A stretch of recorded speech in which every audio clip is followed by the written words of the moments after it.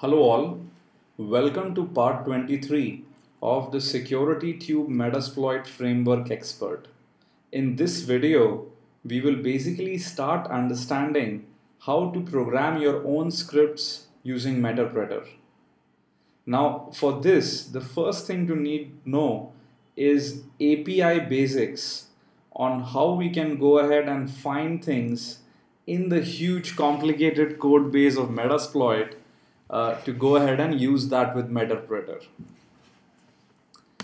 This video is part of the Security Tube Metasploit Framework Expert course and certification. If you would like to enroll and certify, please visit securitytube.net/smfe. Our certifications are currently being taken by students from over 30 plus countries around the world. And this video is provided on SecurityTube free of charge in line with our mission to provide free yet quality InfoSec education to one and all. Okay, so Meterpreter, right? We all have used it, we all love it, but Meterpreter is actually a platform rather than an isolated little utility which ships with Metasploit. And when I say platform, what I mean is that you can write your own scripts and have them run on this platform. To do this, of course, I know the programmer in you is already asking, hey, so where is the API which Meterpreter exposes to developers, right? If you remember, we had used Railgun a couple of videos back, and Railgun is an essential utility or an essential technique using which you can extend the functionality of the framework. So when you want to write Meterpreter scripts, you can use the APIs which ship with the framework, or you can use Railgun to call arbitrary functions from DLLs available on the victim system. In this video, and probably for the next two, I will concentrate on using the native APIs which ship with the framework. Okay, so now documentation. Unfortunately, documentation on the API is pretty sparse, and most of what you are going to learn is how to look at code and find things. Now, if you would like to explore the code base, the core code is in librex, and Meterpreter related stuff is mainly inside post Meterpreter. So let's go there. I've already exploited a Windows 7 system and I'm on it. This is what we are going to use for the video. Now let me go to the framework directory, pentest exploits, framework, librex, post Meterpreter, right? And then you see tons of Ruby files here, a lot of directories, most of which looks really intimidating. Now, if you would like to find different APIs and stuff like that, this directly is going to be your gold mine and the subdirectories within it. So let me give you a simple example. Now, we all remember that to use extensions, we go ahead and actually have to load up that extension. Now, how do you use it programmatically? So you can actually call, let me go to the right directory, client dot, if you open up one of these files,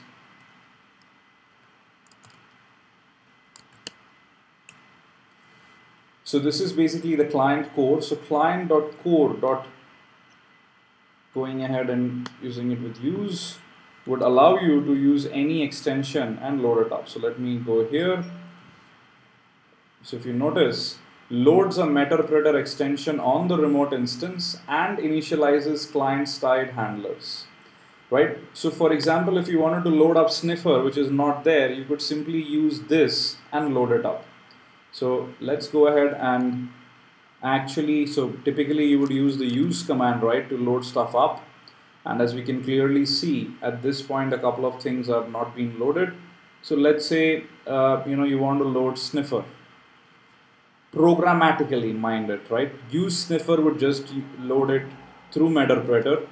So I'm going into IRB mode and I say client.core use, and within brackets, let's say sniffer is what I want to load, right? And response of true means that now sniffer has been loaded, right? Fantastic. Now, basically, if we kind of go back to the same file and scroll a little bit more down, how many of us have used migrate to a new process? Almost all of us. So if you would like to migrate to a new PID, you could basically go ahead and call migrate, and this would do the job. So let's say I exit IRB mode for a second. I do a quick PS. I do a get PID to figure out who I am, 520. Let's say I want to go inside iexplore.exe, which is 1156, right? Go into IRB again, client.core.migrate, and 1156 is the PID of iexplore, right? So let's see what happens. This takes a bit typically.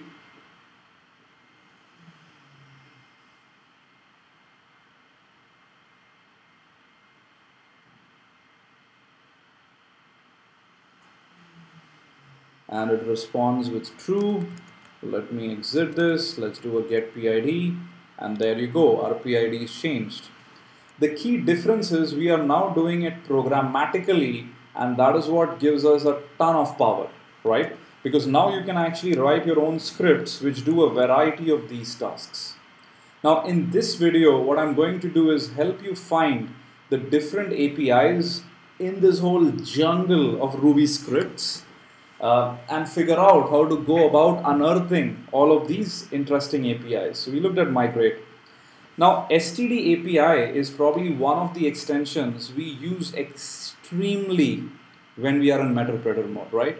STD API itself has a ton of sub-utils, if I may, or sub-extensions, which is FS for file system, sys for various system level stuff, net for, you know, the configuration, the routing, things like that, the interfaces, and Railgun, which we've already visited in very detail, webcam, UI, and a bunch of other stuff.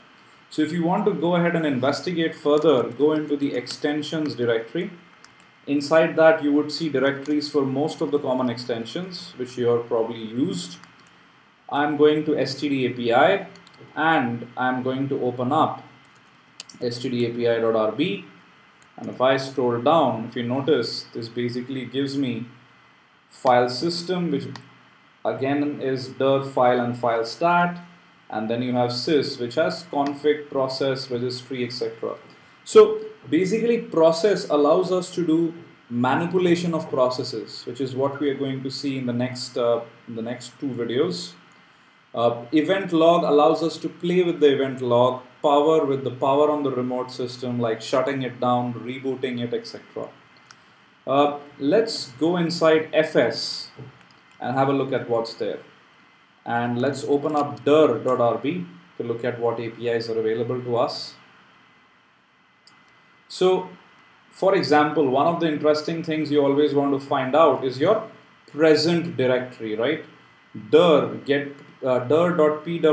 returns the current working directory. Okay, fantastic. So here's what I'm going to do. Fall into IRB mode again, client, and basically what I'm going to be using here is FS for the file system. Then I was in dir, and then what I'm using is pwd. So here goes, right? And it basically gives me the present working directory, which typically you would have found by using the pwd command from within Meterpreter.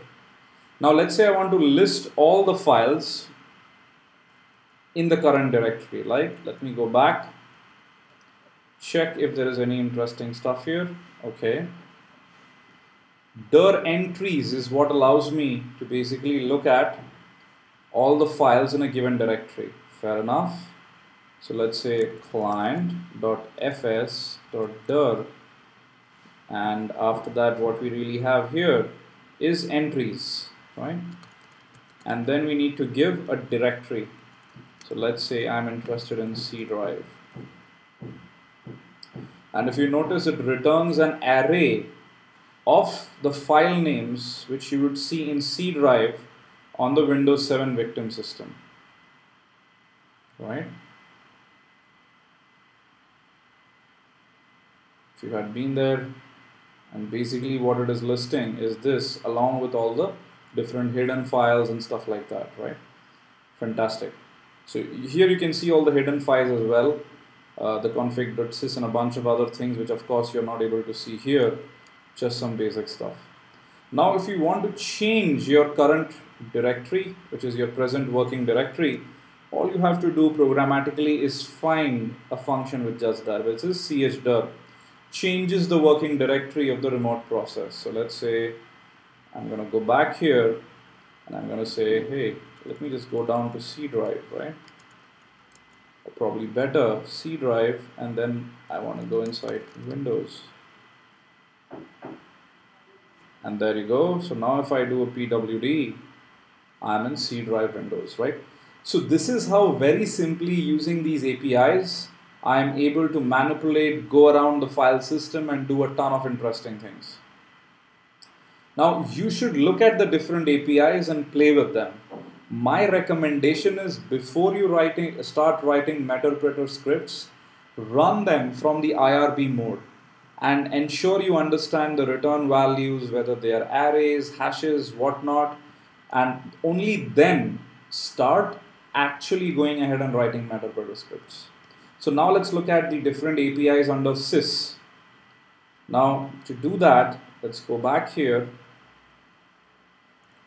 and let's go one directory up to sys, and inside that let's open up config.rb. So if you remember, whenever we used to hit sysinfo, we used to get a ton of results.